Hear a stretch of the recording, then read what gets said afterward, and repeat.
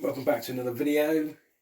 We're going to talk about styling. It's going to be a quick video, but it's going to be some good bullet points in this that I've adopted over the years, and it's really helped me. I've noticed this year there was a great bonsai show in Telford. Don't know if you guys have seen it, probably have. They had a different approach on showing trees. And I thought it was brilliant. I thought this is the way forward, because what they did was they were showing trees on a three-dimensional platform, so you could walk around the tree. It wasn't on a bench or a table where you just saw the front. And I thought it's really good, really important, and it's how I kind of treat my styling in trees. So you pick a front, or you've already got a front. That's your front. But I think you get blinded. I think you get too consumed in making the front look as good as it can, and then you miss other points, the other 3 points of the tree. So the side views and the back. So over the years, I've tried to create three-dimensional trees, and the only way to do that is to not concentrate too much on the front. Make the front look as pretty as you can, make it look as good as you can, but always look at the other angles. And the way I see it is that if you look at this as a potential front, now obviously it won't be the front, you'll always have the front of the tree, but treat this as a potential. If that front didn't exist and this was your best side to work with, what would you change and how would you change it? So the first thing I'll do is take a pad, say for this one, for instance, and I'd either position it or prune it in a manner to make this more of a asymmetrical shape, but subtly, not too much. And once you've done a little bit of work on it, turn the tree back to the front and make sure that there's nothing dramatic that's changed, because you don't want to change the front too much. The things will change subtly, but you can overcome that, and you will lose a little bit of shape, but it's all to do with balance. You can regain that shape, and you just do it in stages.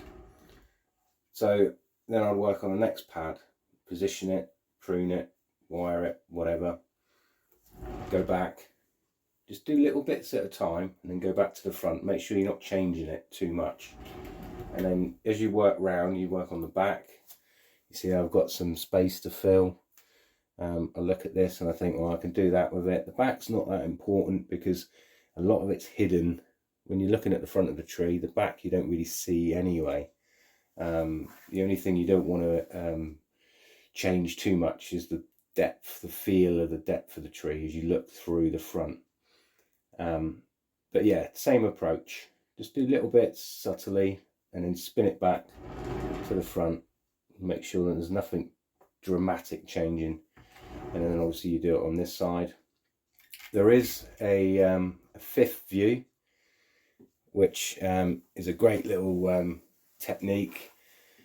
So to look at true balance in the tree, I always think the best way is to look down on top, a bird's eye view. So place the pot on the ground and then look over the top. If you can't look over the top, just take a photo, bird's eye view, and then just study it. And you'll see that there'll be different depths. The apex should be in the middle, roughly in the middle, slightly offset. But all these branches, as they come down, they should step out. So the gap, the spaces that you see on top of the pads shouldn't be too different in size. You want a bit of difference because obviously you don't want the tree to look like a ball. But yeah, it's a great way of doing it. Now I know you can tell by this tree that the apex is leaning too far forward. So on a bird's eye view, which I'll show a picture of it, the apex is too far forward. Now you want it forward.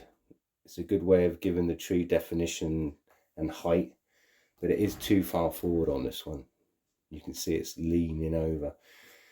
Now I could extend these bottom two. I could extend these to bring it out, which I have. I've let these grow out a little bit.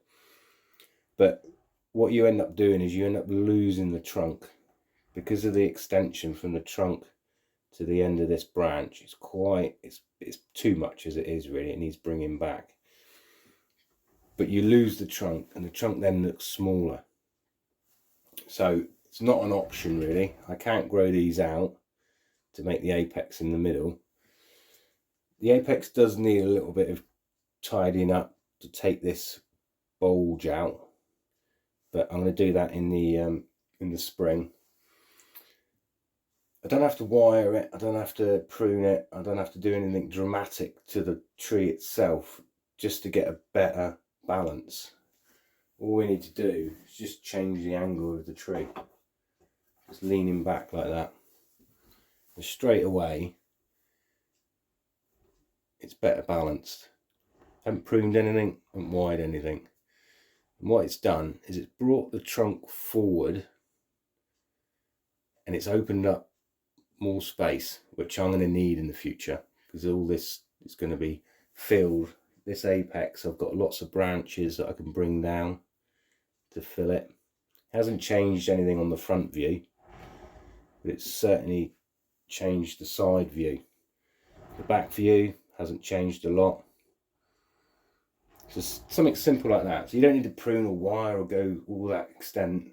Just play around with the adjustment, lean it around.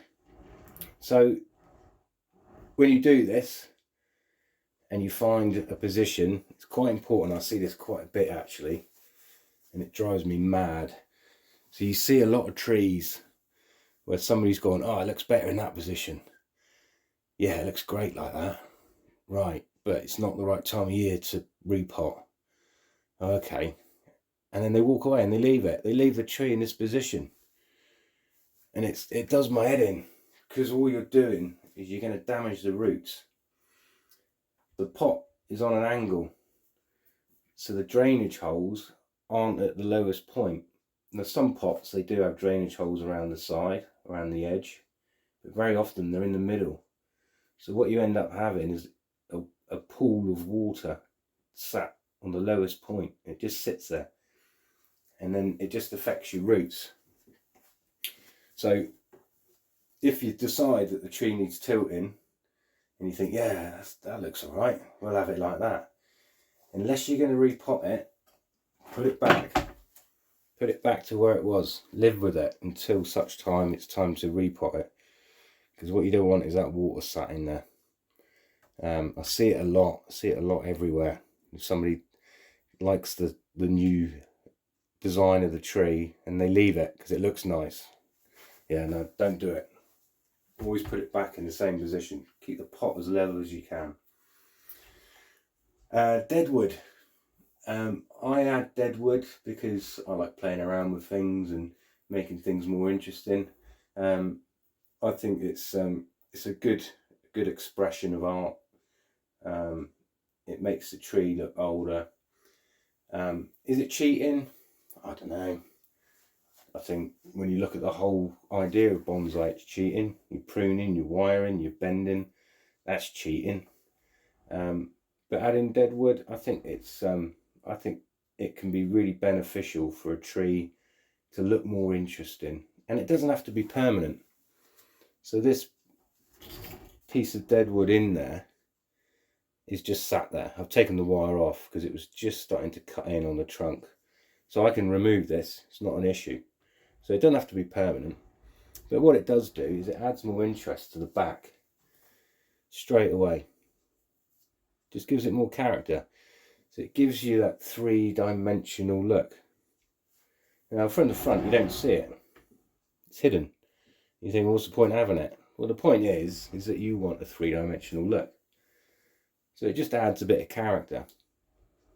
And as I say, if you carry on working on this side of the tree, make it look better, eventually you can get rid of that. You don't need it. But at the minute, it's doing a job. It's taking your eye off imperfections as well from this point of the of the view, because obviously this isn't the best front to have on the tree, hence why it's the back of the tree. So by adding something like that, just makes it more interesting. You can do it in several ways. I've got this little bit here.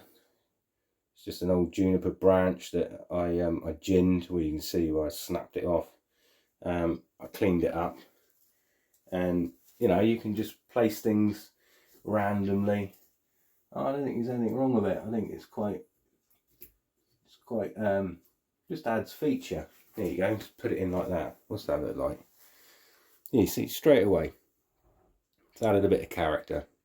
It's made the tree more interesting, and that's what you want to do. It doesn't have to be permanent, but yeah, just have some fun. Collect some sticks, collect some wood, stick it in the greenhouse, dry it out, off you go. So yeah, just a little short video on different types of approach, different styles, and just showing you that you don't need to do a lot to really change the view of a tree. Just little subtle things, but the three-dimensional aspect I think is very important, and yeah, it definitely picks your game up. And also you get 4 trees, or you get 4 views out of 1 tree. That's the way I look at it. Okay guys, thank you very much for watching, and I'll see you on the next video. You look after yourselves.